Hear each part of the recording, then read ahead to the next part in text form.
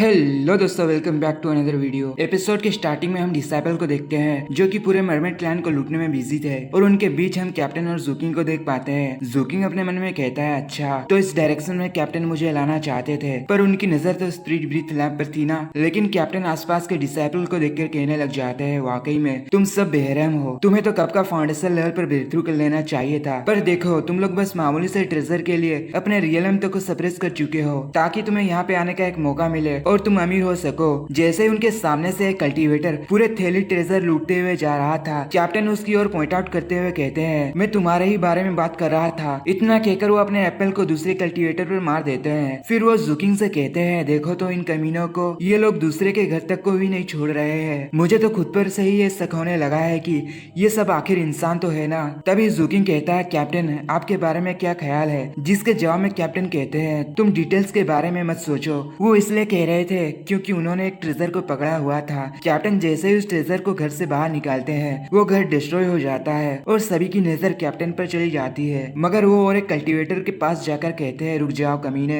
मैं जब तुम्हारे एज पर था ना, तब से मैं ही ट्रेजर लूटते आ रहा हूँ। बच्चे तुम भी आ जाओ। जुकिंग कैप्टन से कहता है, आप बच्चे नहीं बल्कि मैं बच्चा हूँ। जो सुनकर कैप्टन उससे कहते हैं, आखिर तुम अपने लीडर को ऐसे कैसे बोल सकते हो? चलो वैसे भी तुम्हें मुझे 5000 स्पिरिट स्टोन देना था, याद है ना तुम्हें? इतना सुनते ही जुकिंग अपना सर नाम हिलाने लगता है। फिर वो दोनों एक साथ मिलकर लूटने लगते हैं। वो दोनों इस कदर लूटते हैं कि एक घर पूरी तरह से नंगा हो जाता है। अब हम उन दोनों को देख पाते हैं जो कि काफी सारे ट्रेजर इकट्ठा कर चुके थे। लेकिन तभी उनकी नजर जाती है ऊपर छत से भागते हुए कुछ मरमेड क्लैन के लोगों पर उनके पीछे से एक कल्टीवेटर अपने सोर्ड को लेकर तेजी से उनकी जान ले लेता है। जो देखकर कैप्टन कहते हैं, ये बंदा तो काफी खतरनाक है। और हमें बताया जाता है कि इस कल्टीवेटर का नाम डिंग जियाओहाई है, जो कि एक मेंबर होता है एसरी डिफेंस डिवीजन का। वो बिना रहम के एक के बाद एक मरमेड क्लैन के लोगों को जान से मारने लगता है। उसकी फाइट देखकर कैप्टन कहते हैं, देखो बस किलिंग करना, वो भी बिना लूट के। डिसाइपल हो तो इसका जैसा, देखो एक गुड डिसाइपल कैसा होता है। डिंग जियाओहाई हर एक एनिमी को मारते हुए अपना किलिंग काउंट करने लगता है, जिसकी जबरदस्त कातिलाना फाइट देखकर कैप्टन जोर से चिल्लाते हुए कहने लग जाते हैं, सीनियर ब्रदर आप ऐसे ही आगे बढ़ते रहो, हम आपके साथ है। पर यह सुनकर तो डिंग जियाओहाई उनकी ओर तीखी नजर से देखता है और वहाँ से रवाना हो जाता है। जो देखकर तो पहले कैप्टन उसे भर भर के गालियां देने लगते हैं और जुकिन से कहते हैं, ये कल्टीवेटर तो पूरी तरह से स्टूपिड है, डेस्परेटली फाइट करना वो भी बिना फ्रेम के। इसलिए तो मैं कहता हूँ कोर डिसाइपल्स बिल्कुल यूजलेस होते हैं। लेकिन तभी जमीन फटने लगती है, जिस बात का एहसास जुकिन और कैप्टन को हो जाता है और अचानक जमीन को चीरते हुए बाहर निकलने लगते हैं सी कर्पेस के कल्टीवेटर, जिनकी बॉडी से डार्क ओरा बाहर निकलने लगता है। जुकिंग उन्हें देखकर कहता है, अनोमली ओरा फिर से?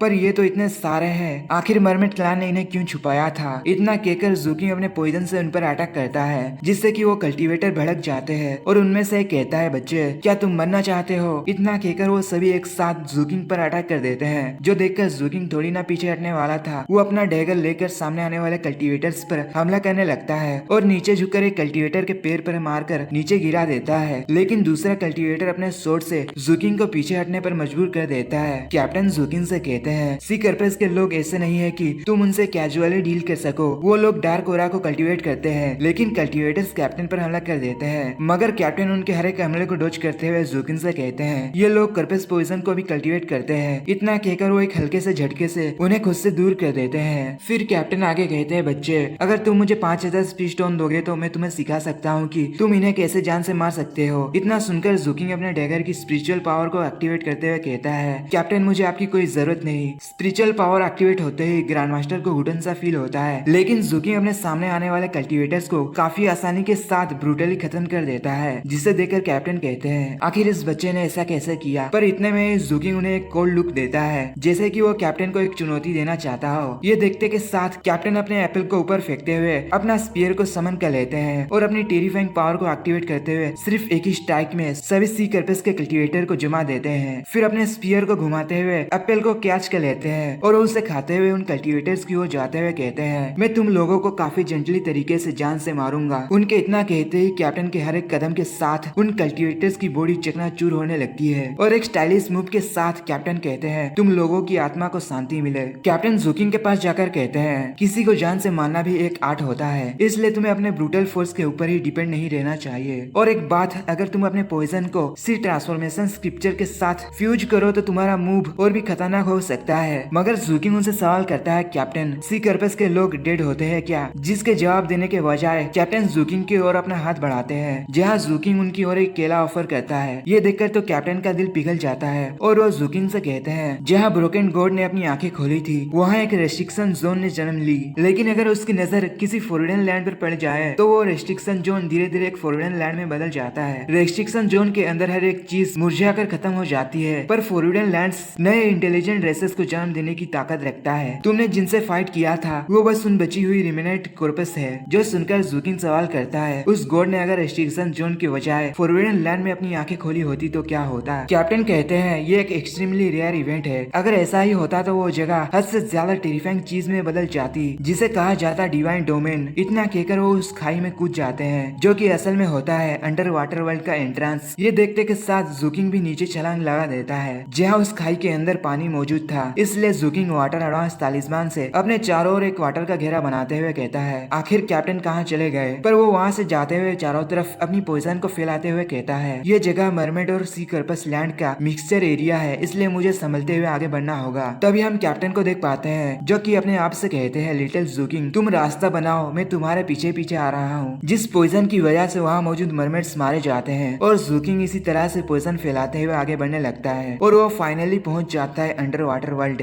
जूकिंग के सामने का नजारा वाकई में बेहद खूबसूरत था और वो एक तेज जंप लगाकर एक घर की छत पर पहुंच जाता है। अपने सामने एक स्टैचू को देखकर जूकिंग कहता है तो ये है अंडर वाटर वर्ल्ड, लेकिन तभी हम उस स्टैचू के नीचे डिवाइन ऑफिसर्स को देख पाते हैं जो कि अपने गॉड के सामने एक रिचुअल्स परफॉर्म कर रहे थे। कैप्टन ने जूकिंग से कहा था डिवाइन ऑफिसर्स मरमेड क्लैन के हाईएस्ट स्पेसिस बीइंग होते हैं, उनके टेक्निक्स में स्पिरिचुअल एनर्जी नहीं होती और वो लोग डिवाइन ब्रोकन गॉड के पावर को होल्ड करते हैं, इसी वजह से उनके टेक्निक्स को कहा जाता है डिवाइन आर्ट। ये कल्टिवेटर्स बेहद ही स्ट्रेंज होते हैं, तुम उन्हें प्रोवोक ना करो तो तुम्हारे लिए बेहतर होगा बच्चे। वो डिवाइन ऑफिसर्स अपने गॉड की वर्शिप करते हुए कहने लग जाते हैं हे हमारे देवता, हमें दिन और रात आप प्रोटेक्ट करते रहो। जूकिंग उन्हें इग्नोर करते हुए वहाँ से जाने लगता है, पर जैसे ही उससे फील होता है कि कोई उसके पीछे है वो फौरन अपना डैगर निकाल कर उस पर्सन पर तान देता है, लेकिन वो पर्सन तो कैप्टन निकलते हैं जिन्होंने जूकिंग का डैगर पकड़ लिया था। वो जूकिंग से कहते हैं मेरी जान ये मैं हूँ तुम्हारा कैप्टन। जूकिंग कैप्टन से सवाल करता है आखिर आप पोजिशनड कैसे हो गए। अब हमें कैप्टन को दिखाया जाता है जहाँ उनका फेस एक बंदरिया का जैसा हो गया था। वो जूकिंग से कहते हैं मेरे जैसे स्ट्रॉन्गेस्ट पर्सन को आखिर कोई कैसे पोजीशन दे सकता है। जूकिंग उन्हें कहता है आखिर आप मेरी वजह से तो पोजीशन नहीं हो गए। जवाब देते हुए कैप्टन कहते हैं मेरी जान तुम ऐसी नॉनसेंस बातें कैसे कर सकते हो, मैंने तो बस एक सी फ्रूट खा लिया था, किसे पता था कि सिविल फ्रूट को खाने के बाद मेरा फेस बंदरिया जैसा हो जाएगा। ये कहकर वो अपने पास से कई सारे पिल्स निकाल कर खाने लगते हैं और वो दोनों पहुंच जाते हैं मार्केट वाली जगह पर। जैसे ही कैप्टन की नजर एक पर्सन पर जाती है वो जूकिन से सवाल करते हैं आखिर ये पर्सन जाना पहचाना क्यों लग रहा है। हम देख पाते हैं कि वो और कोई नहीं बल्कि हमारा जांगसान था जो रेंगते हुए आगे जाकर नीचे पड़े हुए ट्रेजर को उठाकर अपने पास रख लेता है और जैसे ही कोई उसके पास आता है वो फौरन मरने का नाटक करते हुए सो जाता है। ये देखकर तो माना जूकिंग और कैप्टन को अपनी जिंदगी की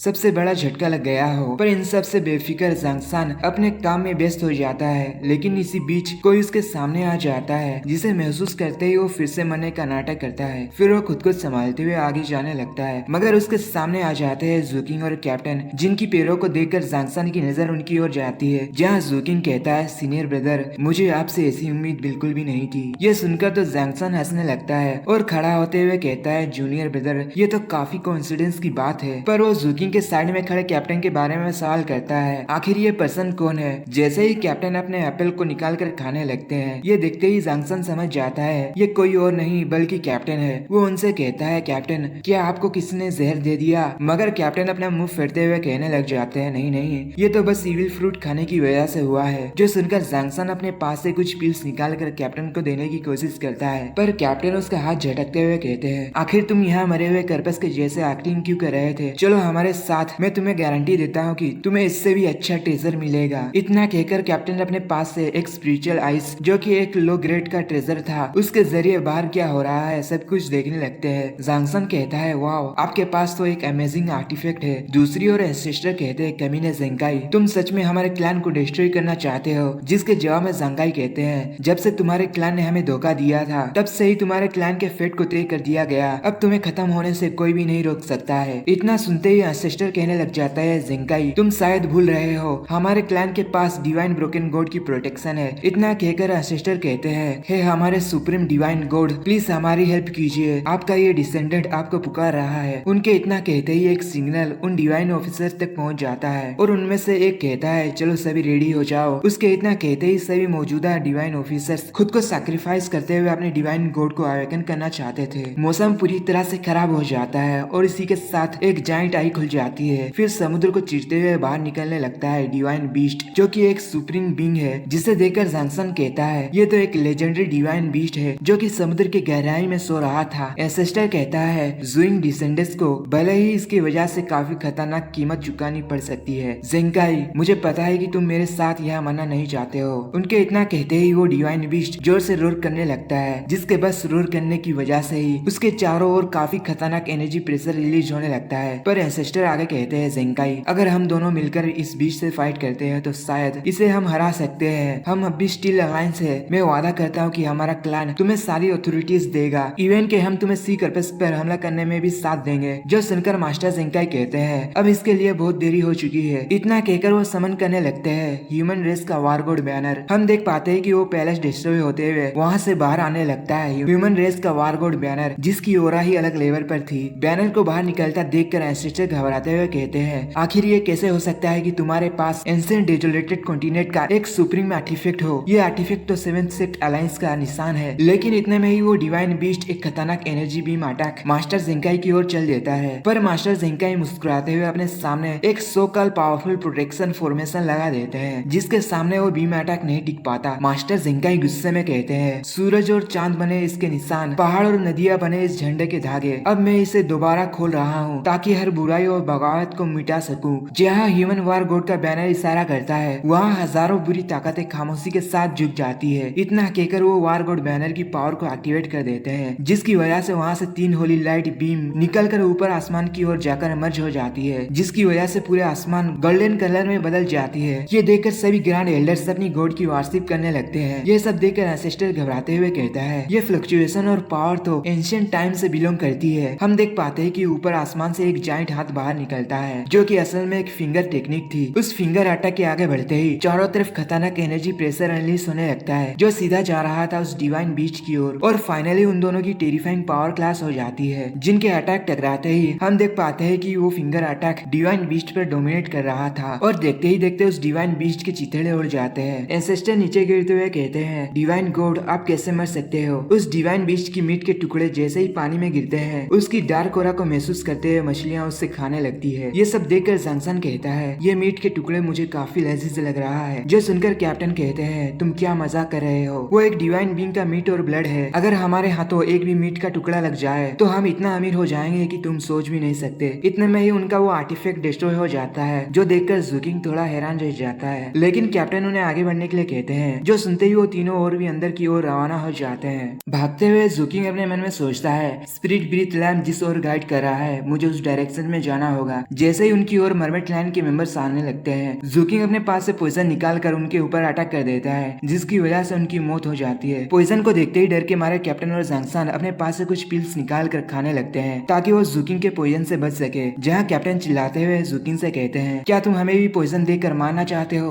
और इसी तरह से भागते भागते वो पहुंच जाते हैं ज़ूइंग डिवाइन टेम्पल। कैप्टन जंक्शन को चारों ओर ट्रैप सेटअप करने के लिए कहते हैं, जो सुनते ही जंक्शन काफी चालाकी के साथ सभी डायरेक्शन में ट्रैप सेटअप कर देता है और ज़ूकिंग भी अपनी पॉइजन को चारों ओर फैला देता है। कैप्टन उनसे कहते हैं, हम यहाँ से रिटर्न घर वापस चले जाएं, फिर मैं तुम्हें इनके 10 गुना ज्यादा पैसे दूंगा। अंदर जाते हुए ज़ूकिंग अपने मन में कहता है, स्पिरिट ब्रीथ लैम्प मुझे यहाँ से और भी गहराई में जाने के लिए इशारा कर रहा है। लगता है कि कैप्टन यहाँ किसी दूसरे ट्रेजर के तलाश में आए हैं। मगर कैप्टन मस्त अपने एप्पल को खाते हुए आगे जाने लगते हैं, जो देखकर जंक्शन उनके पास जाकर कहता है, कैप्टन आपने कहा था कि इस जगह मुझे जो चाहिए वो सब मिलेगा, पर यहाँ तो कुछ भी नहीं दिख रहा। तभी उन तीनों की नजर जाती है उसी डिवाइन बीस्ट के स्टैचू पर, जिसे देखकर जंक्शन घबराते हुए कहता है, हमें ऐसी जगह से दूर रहना चाहिए। पर कैप्टन उससे रोकते हुए उसकी ओर एक जेट स्लिप फेंकते हुए कहते हैं, आखिर तुम इतने जल्दी में क्यों हो। जिस जेट स्लिप को देखते ही जंक्शन कहने लग जाता है, ये तो मरमेड क्लैन की flying fish armour refinement diagram है, आखिर ये आपके पास कहाँ से आ गया। लेकिन कैप्टन मुस्कुराते हुए ज़ूकिंग को एक बॉक्स देते हुए कहते हैं, मेरी जान, ये रहा तुम्हारा रिश्वत। जिस बॉक्स के अंदर मौजूद था 3 टॉप टायर के फाउंडेशन लेवल की पिल्स। कैप्टन उससे कहते हैं, क्या ये तुम्हारे लिए अच्छा नहीं है। पर ज़ूकिंग उन्हें ये सब देने की वजह पूछता है, जिसके जवाब में कैप्टन कैप्टन कहते हैं ये तो बस इक्वल एक्सचेंज के बदले में है। इतना कहकर वो उस डिवाइन बीस्ट के स्टैचू के पास जाकर अपने पास एक चीज निकालते हुए उस पर फेंक देते हैं, जिसकी वजह से उस स्टैचू के अंदर तेज हलचल होने लगती है और कैप्टन बिना एक पल गवाए उस स्टैचू को चीर लेते हैं। ये देखकर जंग सन हैरानी से कहता है ये तो अंडर सी पैसेज है।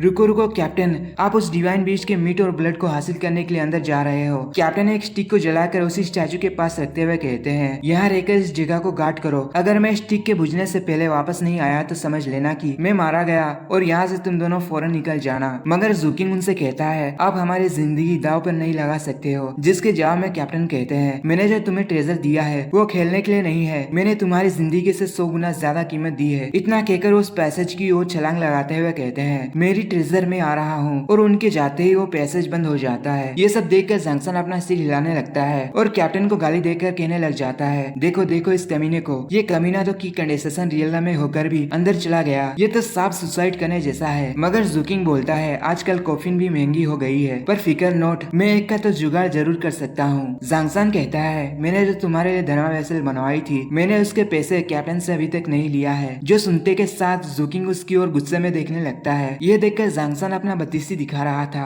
पर उसी मोमेंट पर वहाँ तेज हलचल होने लगती है। ये महसूस करते ही जूकिंग कहता है लगता है कि हमारे नजदीक कोई आ रहा है। जूकिंग का इतना कहना ही था कि जमीन को चीरते हुए बाहर निकलने लगते हैं फॉरबिडन जोन के 100 क्रिएचर्स, वो भी पूरे झुंड में, जो आते के साथ उन पर हमला करने आगे बढ़ जाते हैं। जंग सन घबराते हुए कहता है आखिर किस क्रिएचर ने मेरे बिछाए हुए ट्रैप्स को एक्टिवेट कर दिया। उसके इतना कहते ही सामने मौजूद गेट डिस्ट्रॉय हो जाता है और जमीन के नीचे से और भी भयानक क्रिएचर बाहर निकलने लगते हैं। ये देखकर जंग सन कहता है क्या इतने सारे, लेकिन जूकिंग आगे बढ़ते हुए अपने सामने आने वाले सभी क्रिएचर को जान से मारने लगता है। जंग सन चिल्लाते हुए कहता है मैं तो एक अहिंसा लवर हूँ। वो अपने एक्सप्लोसिव बम से चारों ओर हमला करते हुए कहता है आखिर ये सब मरने का नाम ही क्यों नहीं ले रहे हैं, और ये स्टिक की आग भी धीरे धीरे नीचे जा रही है। ये देखकर जंग सन कहता है कमीने कैप्टन, तुम और कितना टाइम लगाने वाले हो। इसी बीच जूकिंग एक को मारते हुए कहता है पैसेज के अंदर से आने वाला ओरा सभी स्ट्रेंज क्रिएचर को अट्रैक्ट कर रहा है। जैसे ही जंग सन को चारों ओर से घेरते हुए एक क्रिएचर पीछे से हमला करने की कोशिश करता है, जूकिंग फौरन अपना डैगर को उस ओर थ्रो कर देता है। जहाँ से बाहर निकलते हुए ग्रैंड मास्टर कहते हैं देखो मैं आ गया। फिर वो अपने डैगर के अंदर जाते हुए एक के बाद एक सभी मौजूदा क्रिएचर को खत्म कर देते हैं, वो भी सिर्फ एक ही स्ट्राइक में। और ये करने के बाद जूकिंग का डैगर उसके पास चला आता है। जो सब देखकर जंग सन थोड़ी देर राहत की सांस लेता है। वो जूकिंग का शुक्रिया अदा कर ही रहा था कि वहाँ और भी ज्यादा हलचल होने लगती है, जिसकी वजह से जंग सन डिसबैलेंस होने लगता है और जमीन फिर से फटने लगती है। ये सब देखकर जूकिंग कहता है यहाँ कुछ भी ठीक नहीं चल रहा। वो जंग सन से कहता है सीनियर ब्रदर आप वो डिवाइन बीस्ट की स्टैचू को अपने साथ कैरी कर लो। जो सुनकर जंग सन फौरन आगे बढ़ते हुए उस स्टैचू की ओर जाकर अपने पपेट को आगे भेज देता है, जो कि अपनी पूरी जान लगाकर उस स्टैचू को उठा लेता है। पर तब तक जमीन के अंदर से एक जाइंट क्लो बाहर निकलकर उन पर हमला करने लगता है। जंग सन चिल्लाते हुए जूकिंग से कहता है और भी तेज भागो मेरे भाई। और वो दोनों फाइनल टेम्पल से बाहर निकल जाते हैं, जहाँ हम उस क्रिएचर को देखते हैं जो कि एक लो ग्रेड का डिवाइन बीइंग था और उसकी कल्टिवेशन फाउंडेशन लेवल की पीक स्टेज की थी। जूकिंग अपने धर्मा वेसल को समन करते हुए जंग सन से कहता है सीनियर ब्रदर आप जरा सा होल्ड बैक कर लो, मैं बस अभी आ रहा हूँ। मॉडिफिकेशन के बाद जूकिंग का धर्मा वेसल और भी ज्यादा खतरनाक हो गया था। वो डिवाइन बीइंग जंग सन की ओर अटैक करने बढ़ता है, जो देखकर जंग सन जोर से चिल्लाता है मेरे भाई तुम कहाँ मर गए। उसके इतना कहते ही धर्मा वेसल से एक पावरफुल बीम अटैक उस डिवाइन बीइंग पर होती है, जिस टेरिफाइंग हमले के सामने वो क्रिएचर टिक नहीं पाता और उसके चीथड़े उड़ जाते हैं। फिर जूकिंग कूल अंदाज में अपने धर्मा वेसल को छोटा करके अपने पास रख लेता है। जूकिंग कहता है सीनियर ब्रदर आप ठीक तो हो ना। जिसके जवाब में जंग सन कहता है मेरी हालत अधमरी हो चुकी है, पर अब तक कैप्टन की कोई खबर नहीं। फिर वो अपने पास से एक और स्टिक को जलाते हुए कहता है ये काफी छोटी है, मैं अगर इसे चेंज कर दूं इसे थोड़ी ना फर्क पड़ने वाला है। उसके इतना कहते ही कैप्टन के सीने में कुछ अटैक्स हो जाता है, पर वो खुद को संभालते हुए आगे बढ़कर एक जंप लगाते हुए कहते हैं मेरा ट्रेजर तुम बस मेरे हो। वो उस ट्रेजर को हाथ लगा पाते उससे पहले ही पीछे से कुछ टेंटिकल आकर उनके सीने के आर पार हो जाता है और वो न्यू जलाई हुई स्टिक टूट जाती है। और इसी सीन के साथ आज का हमारा एपिसोड यहीं पर एंड होता है। मिलते हैं अगले एपिसोड में। Thank you for watching, bye bye, take care.